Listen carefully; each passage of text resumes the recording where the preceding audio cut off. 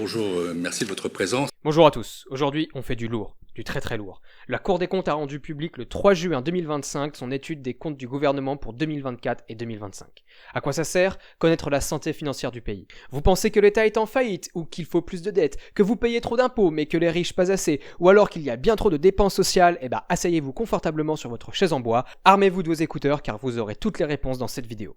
J'ai grand plaisir à vous présenter aujourd'hui notre rapport annuel sur la situation et les perspectives des finances publiques. Lui, c'est Pierre Moscovici, c'est le premier président de la Cour des comptes depuis 2020, nommé par Emmanuel Macron. En cette année, sa publication s'inscrit dans un contexte très préoccupant. La France vient de traverser 2 années que j'ai qualifiées de noires en matière de finances publiques, et c'est d'autant plus problématique que, je le rappelle, nous n'avons eu aucun choc économique majeur durant cette période. Alors là, un peu de contexte économique. Les 2-3 dernières années n'ont pas été phénoménales pour l'État. Covid, plus Ukraine, plus inflation, plus prêt, quoi qu'il en coûte, égale catastrophe pour les finances du pays. Mais maintenant que tout cela est fini, vous me direz, on arrive à se relever.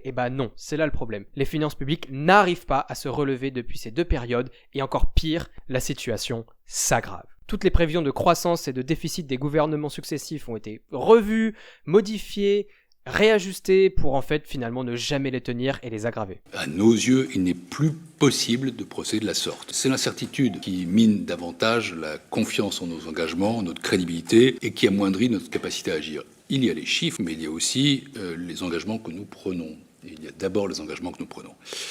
La France n'a pas été capable de contenir sa dépense publique, ce qui nous conduit à avoir le déficit le plus élevé de la zone euro. Nous relevons qu'il est urgent de rendre crédible, dès 2025, qui prévoit un retour du déficit sous 3% en 2029. Ouais, 2029, pas 1 an, pas 2 ans, mais il faudra 3 ans et demi selon la Cour des comptes pour que la France puisse revenir sous un seuil de déficit tolérable, même pas en croissance, juste sous 3%. Donc la croissance, allez, une petite dizaine d'années. La France n'a pas su contenir sa dépense publique en 2024, ce qui nous conduit à avoir le déficit le plus élevé de la zone euro. Quoi? Moi je croyais qu'on n'avait pas assez prélevé d'impôts. Allez, c'est le moment de réagir en commentaire. En 2024, je ne vais pas vous l'apprendre, le déficit public s'est finalement établi à 5,8 points de PIB, ce qui est une hausse, ce qui est surtout un dépassement, 1,4 points de PIB de la programmation initiale votée par le Parlement en 2023. Après une année 2023 qui avait déjà été très mauvaise, cette dérive est encore plus préoccupante que l'année précédente. Il est la conséquence du fait que nous n'avons pas été capables de maîtriser la dynamique de la dépense et à engager des efforts d'économie pérennes. Et c'est aussi la conséquence d'hypothèses trop favorables sur la croissance et sur les recettes. Donc là, pour résumer simplement ce qu'il a dit, la cause du déficit excessif, tout d'abord des prévisions de Bercy trop optimistes, et un dépassement de ces prévisions à cause de la non-maîtrise des dépenses publiques. En 2023, le creusement de 0,6 points du déficit tenait en très grande partie à la faiblesse des prélèvements obligatoires. C'était un décrochage sur les recettes. En 2024, contrairement à une idée reçue, c'est surtout la dynamique de la dépense primaire, c'est-à-dire hors mesures exceptionnelles, qui constitue la principale cause du creusement du déficit. Le ratio de dépenses publiques a augmenté par rapport à 2023, je dis bien augmenté, depuis la première fois depuis 2020. Il s'établit à 56, points de PIB. Donc alors qu'on se serait attendu en post-crise à ce que le ratio dépenses publiques sur PIB baisse, il reste au plus haut. Et ce cœur de la dépense publique a progressé beaucoup plus vite que la croissance. C'est la progression tout simplement la plus importante des 15 dernières années, et cette progression a bien été le principal facteur de creusement du déficit en 2024. Bon là on l'a compris, en 2024 c'est vraiment la dépense publique qui a été cataclysmique. Elle est la principale cause du déficit. Quand on parle de dépenses publiques, on parle de quoi? On parle plutôt de l'administration, les fonctionnaires, ou alors plutôt l'éducation, le social, ou encore la santé, les hôpitaux? On va voir ça. La perte de contrôle du cœur de la dépense est essentiellement imputable aux sphères locales et sociale. D'une certaine façon, est un peu anticipée. Toute personne qui a connu la vie publique locale sait qu'à l'année N-2 d'une élection municipale, c'est le moment où les investissements sortent de terre. Quant aux dépenses de l'administration de sécurité sociale, elles ont augmenté encore davantage, dû en particulier à la hausse des dépenses de prestations sociales, du fait de la revalorisation décalée des pensions, sur une inflation 2023 très élevée. Donc là, quand on parle de social, on parle vraiment des retraites. Le fait d'avoir réindexé les retraites sur l'inflation 2023 qui était très élevée, badaboum, ça a flingué les comptes de l'État. Mais il a aussi, il faut le dire, réalisé des véritables efforts d'économie en gestion. C'est plutôt une bonne chose que cela soit maîtrisé, mais je veux aussi le relativiser d'une certaine façon, car plusieurs de ces mesures de gestion constituent ce qu'on appelle des one-off ou des one-shot, qui repoussent la question des économies structurelles à 2025 ou 2026, disons, sans pour autant toucher vraiment à sa structure et créer des mesures pérennes. Donc là, les annonces d'économies sur les administrations les 2 dernières années ont plutôt bien fonctionné. Pas mal, mais encore une fois, ce n'est pas une solution pérenne et long terme. Mais attendez, il y a quand même un éléphant dans la pièce. La charge de la dette, elle, continue d'augmenter. D'une part, sous l'effet du déficit pour 2023, et d'autre part, en raison de l'émission de nouveaux titres de dette publique à des taux nettement supérieurs à ceux arrivés à échéance qu'ils remplacent. Sur ce point, peut-être encore plus que sur les autres développements, un point d'alerte. Nous risquons de nous trouver confrontés à un véritable effet boule de neige. Rien qu'en 2024, la charge de la dette publique a augmenté de 7,3 milliards d'euros, soit 14%. Elle est passée de 52,9 milliards d'euros à 60,2 milliards d'euros. Et il faut être concret. Le coût du service de la dette a plus que doublé depuis 2020. À l'époque, c'était le budget du logement. Aujourd'hui, c'est plus que le budget de la défense.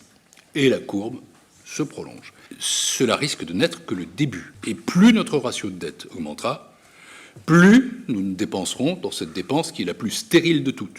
Bon, il nous dit quand même que la dette est un problème. Alors je sais, c'est un énorme point et c'est pas le sujet de la vidéo. Dites-moi en commentaire comment vous pensez que le problème de la dette peut être réglé. Bon, on a vu les dépenses, on a vu la dette, mais il reste quand même, les prélèvements. Allons-y. En parallèle de ces dépenses en forte hausse, les prélèvements obligatoires, eux, n'ont progressé que modestement. D'abord, en 2024 comme en 2023, quoique dans une moindre mesure, leur évolution est en deçà de celle du PIB, ce qui dégrade le déficit de 0,4 points de PIB. Cette atonie s'explique notamment, on le sait, maintenant par une diminution des recettes de TVA, une diminution des recettes d'impôt sur les sociétés, une diminution des recettes d'impôt sur le revenu, ainsi que par la poursuite de la chute, droit de mutation à titre onéreux. Comprendre ici frais de notaire à l'achat et à la vente. En gros, moins de transactions immobilières. Attention, on va parler de l'impôt, accrochez-vous bien à votre siège. Les prélèvements obligatoires sont nettement inférieurs aux prévisions de la loi de finances initiale, de plus de 40 milliards d'euros.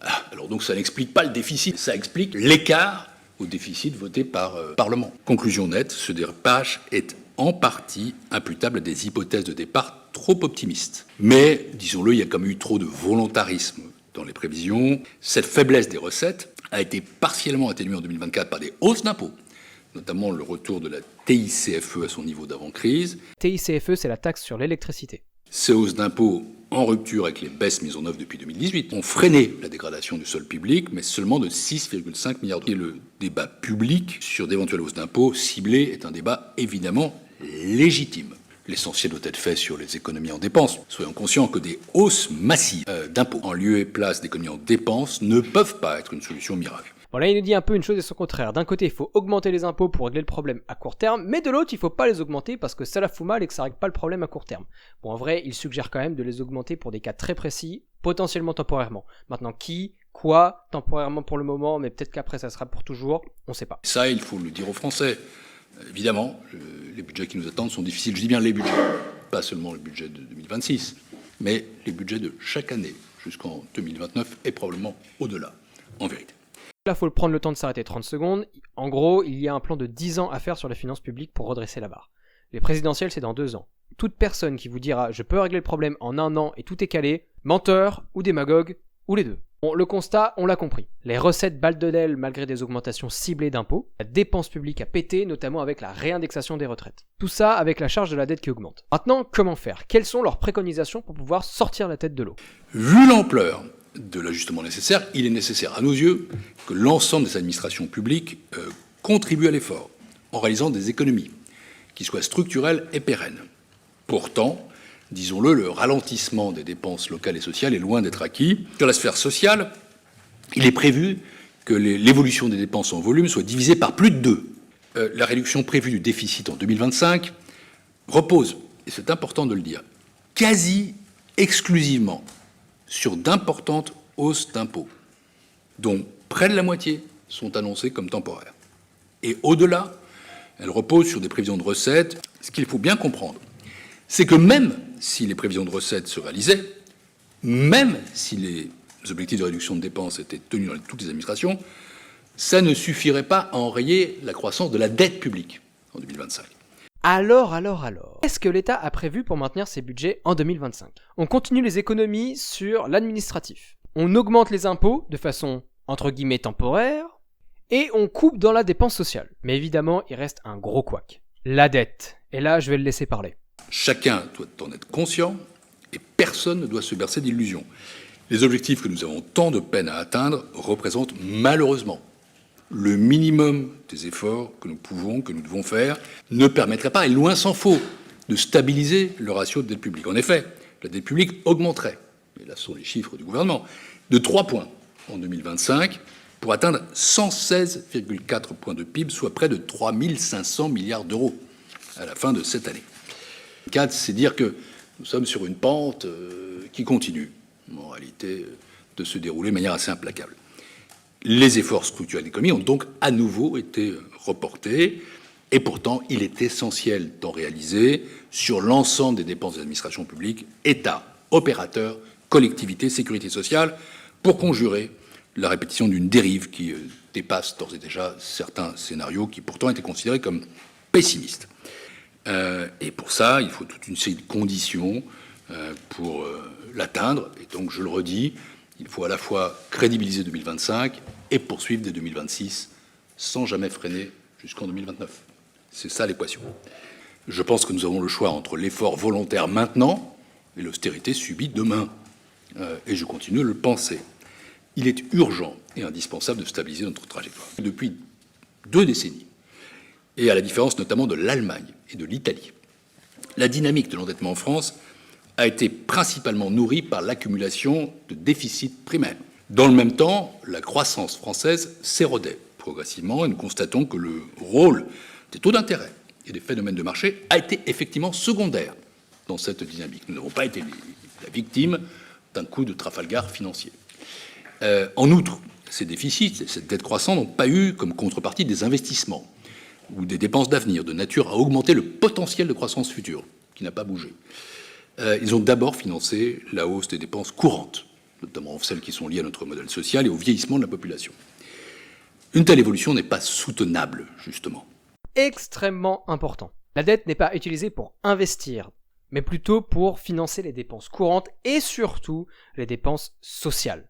Autrement dit, l'État finance à crédit. Alors évidemment, humainement, c'est très bien parce que les gens ont leur service, mais financièrement, c'est catastrophique car vous ne pouvez pas faire pire. C'est un trou. Un trou qui, au bout d'un moment, ne pourra plus aller plus profond.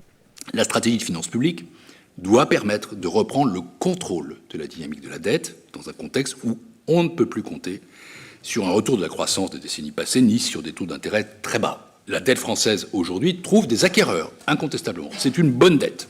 Mais ces acquéreurs achètent la dette française à un taux de plus en plus élevé. Pour garantir véritablement la soutenabilité de la dette française, il est indispensable de revenir à un excédent primaire qui en est la condition. Pour le moment, notre solde primaire est déficitaire, fortement, 3,7 points de PIB. Et donc, il sera nécessaire de prolonger l'effort d'ajustement jusqu'à parvenir à un excédent primaire durable d'environ 1,1 point de PIB sous des hypothèses raisonnables de croissance et taux d'intérêt. Si nous écrivons ça, c'est parce que nous pensons qu'il est urgent de prendre la mesure de la situation, alors que l'équation peut, à tout moment, se compliquer. Pour prévenir toute spirale de la dette, nous devons donc absolument, impérativement revenir à des excédents primaires, ce qui est incontournable.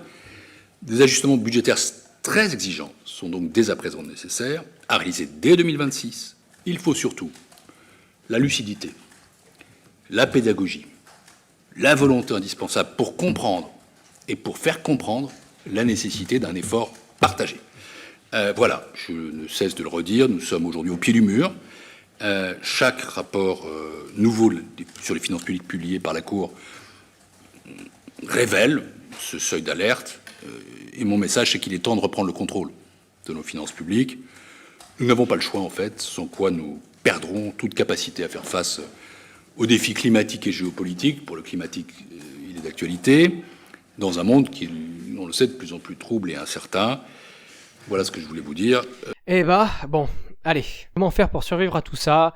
Espérer qu'il n'y ait aucun gros aléa à venir. Bon, il insiste beaucoup sur la dette à la fin, mais c'est parce que la dette peut avoir un effet boule de neige. Certes, on la renouvelle, mais à chaque fois on paye des intérêts de plus en plus gros, et donc à la fin, l'effet composé des taux d'intérêt paralyse le budget de l'État. Il y a vu des budgets, c'est pas ma faute, je l'assure, c'est pas ma faute. Il faut réduire sur les dépenses de fonctionnement, couper dans les dépenses sociales, et, attention, Bah augmenter les impôts. Là c'est pas moi qui le dis. Vous attaquez pas à moi, moi je fais vraiment que respecter ce que Pierre Moscovici a dit. Maintenant qui? Quoi? Comment? Qui cibler? Ça, c'est le rôle du politique. Maintenant, le financier, il est établi et il est clair. Et rappelez-vous, cet effort, c'est pendant 5, voire 10 ans sans s'arrêter. Pensez à bien économiser sous votre matelas. Abonnez-vous pour d'autres résumés politiques du Sénat et de l'Assemblée nationale. On se retrouve pour une prochaine. Allez, ciao!